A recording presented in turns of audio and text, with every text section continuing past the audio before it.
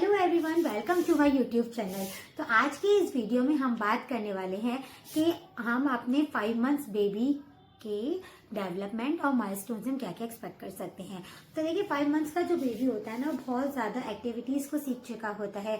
वो आपके साथ इंटरेक्ट करना सीख चुका होता है, उसकी फीडिंग की पावर चेंज हो जाती है। मतलब बहुत सारी ऐसी ऐसी बातें होती हैं जो हमारा 5 मंथ्स का बेबी हमारा सीख चुका होता है, और वही सब चीज़ें आप उसके अंदर चेंजेस कुछ देखते होंगे। तो चलिए वीडियो को आगे स्टार्ट करते हैं। कुछ जो हमारी बेबीज की एक्टिविटीज होती हैं, अगर हम उन्हीं को ब्रेक डाउन करके हम एक एक करके बात करेंगे।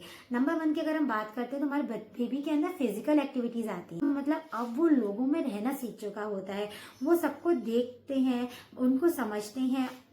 वो आपने अपने बेबीज के अंदर देखा होगा कि वो खड़े होकर के सबको देख करके बात करना पसंद करते हैं। अब उनको सिर्फ लेटना ही पसंद नहीं आता, आपको थोड़ा सा बैठा लूं, थोड़ा सा बैठा करके देखेंगे तो आप सबको देख करके दुनिया उस तरीके से देखने में अच्छा लगता है।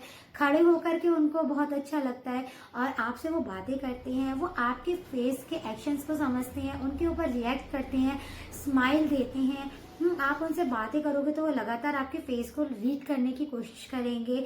और अगर आप उनको बाहर कहीं लेकर के जाओगे तो सबको वो देखते हैं, उनको अच्छे तरीके से समझते हैं, लोगों में इंटरेक्ट करना पसंद करते हैं, लोगों में रहना पसंद करते हैं।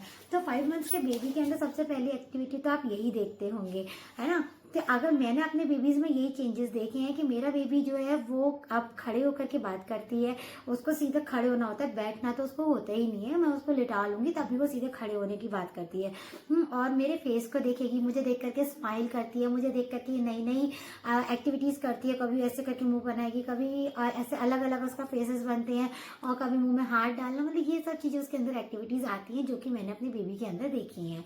चलिए आप नेक्स्ट की बात करते हैं कि उनकी ग्रोथ कैसी हो रही है। देखिए, जो 5 मंथ्स का जो बेबी होता है ना, अगर हम उसकी ग्रोथ की बात करें तो देखिए, अब जब आप उनको टमी टाइम देते हो, यानी जब आप उनको उल्टा लिटाल देते हो, तो उस टाइम पर आपका बेबी एक्टिविटी में क्या करता है, पलटने की कोशिश कर रहा होता है, पलटता है, फिर वो पलट करके आपको देखेगा, हंसेगा, है ना। तो यानी कि उनके अंदर ये पावर आ रही है, अब उनके अंदर ग्रैब करने की क्षमता आ गई है, यानी कि वो चीजों को पकड़ करके खींचने लगे हैं।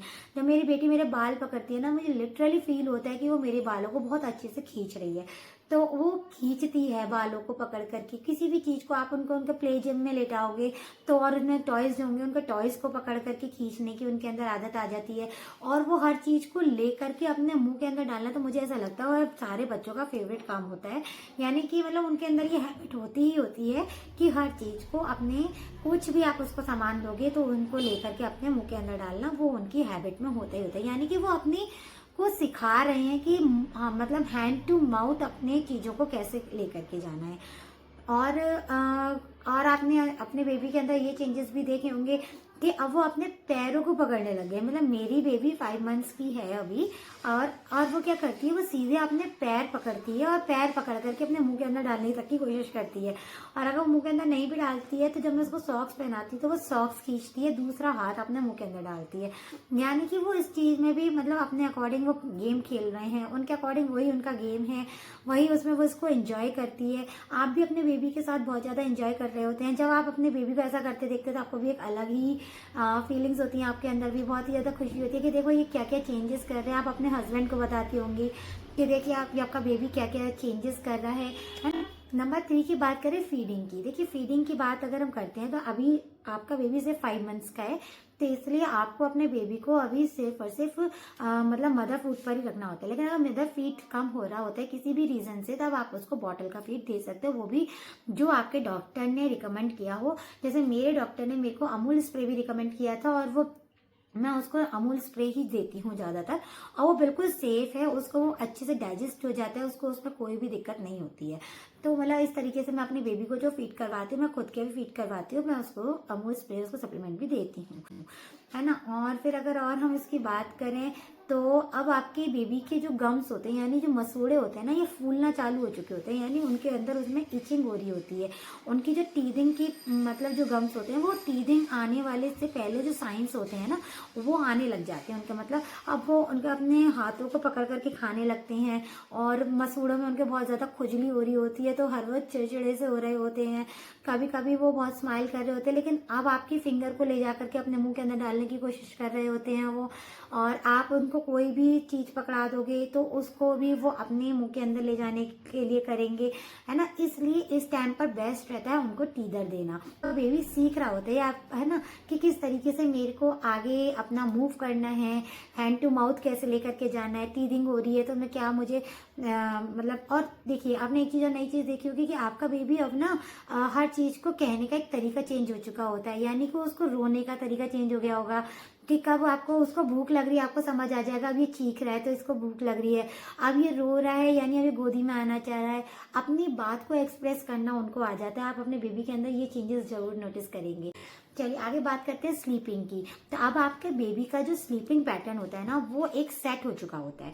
तो आप उसको, यही एक परफेक्ट टाइम होता है जब आप अपने बेबी को अपने अकॉर्डिंग डाल सकते हो। यानी देखिए मेरे घर में बिल्कुल अकेली हूँ, मेरी एक बड़ी बेटी है, हम दोनों मिलकर के अपनी छोटी बेटी को ही संभालते हैं, इसके फादर अपनी शॉप पर रहते हैं। तो देखिए मेरी बेटी के साथ में क्या है कि जब मुझे मॉर्निंग में अपना वर्क स्टार्ट करना होता है 10 बजे से लेकर के, तो मैंने उसका टाइम फिक्स कर रखा है, करेक्ट 10 बजे मैं उसको सुला देती हूँ, क्योंकि जब तक बेबी सोता नहीं है तब तक हमारा वर्क नहीं हो सकता है। सबसे पहले मैं उसको सुलाती हूँ, वो 1-1.5 घंटा अपना सोती है, 11:30 बजे तक मैं सुबह ही उसकी मसाज कर देती हूँ, मसाज करके मैं उसको सुला देती हूँ।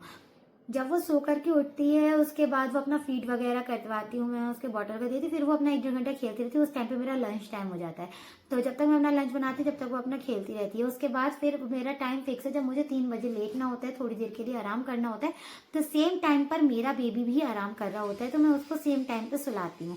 यानी मैंने उसका एक पैटर्न डिसाइड कर रखा है कि आप मेरे अकॉर्डिंग अब ढल सकते हो, और मेरा बेबी मेरे अकॉर्डिंग ढल चुका है। तो इस टाइम भी मतलब ये समझ लीजिए मेरे अपने अपने बेबी को बिल्कुल मैंने अपने दोनों बच्चों के अंदर यही चेंजेस किया है, और दोनों बच्चों को मैंने एक स्लीपिंग पैटर्न दे रखा है।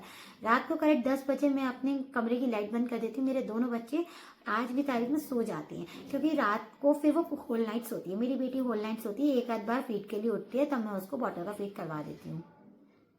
तो ये कुछ चेंजेस होते हैं जो हम अपने बेबीज के अंदर 5 मंथ्स के होने पर देखते हैं। आई एम श्योर आपने भी अपने बेबीज के अंदर बहुत सारे चेंजेस देखे होंगे। तो आपने अपने बेबीज के अंदर क्या क्या चेंजेस देखे हैं इन सब पैटर्न्स के अकॉर्डिंग, प्लीज आप मेरे को कमेंट में जरूर बताइएगा। तो चलिए नेक्स्ट वीडियो आने तक के लिए जय श्री राधे, फिर मिलते हैं एक नई वीडियो के साथ।